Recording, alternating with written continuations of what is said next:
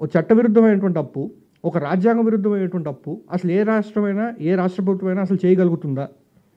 ఇప్పుడు రాష్ట్ర ప్రభుత్వం అనేటువంటిది ఏదో ఒక మార్వాడి కొట్టుకెళ్ళి వచ్చిన గోల్స్ తాకట్టు పెట్టి డబ్బులు తీసుకునేటువంటి పరిస్థితి కాదు. వారు కనుక అప్పులు చేయాల్సి వస్తే ఆర్బీఐ రూట్ ద్వారా బాండ్స్ ఇష్యూ చేయాల్సి వస్తుంది.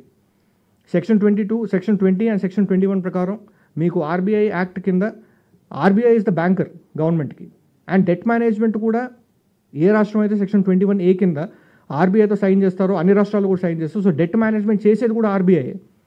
సో మనం ఏదో ఈరోజు కావాలనుకుని మనం అప్పులు చేసేయగలుగుతున్నాం అనేటువంటిది కుదరనటువంటి పరిస్థితి. ప్లస్ ఇంకోటి, రాజ్యాంగం ప్రకారం ఆర్టికల్ 293 కింద కేంద్ర ప్రభుత్వం విధించినటువంటి పరిమితులకు లోబడే ఏ రాష్ట్రం అప్పు చేయగలుగుతుంది. అండ్ కేంద్ర ప్రభుత్వం పరిమితుల్లోకి లోబడి అప్పు చేస్తేనే ఆర్బీఐ కూడా బాండ్స్ ఇష్యూ చేయడానికి పర్మిట్ చేస్తుంది తప్ప ఒక అధికారం లేకుండా ఒక అనధికారికంగా అప్పు చేయడం అనేటువంటిది అసలు it is something which is an impossibility. అనధికారికంగా అప్పు ఈరోజు జరిగిపోయింది.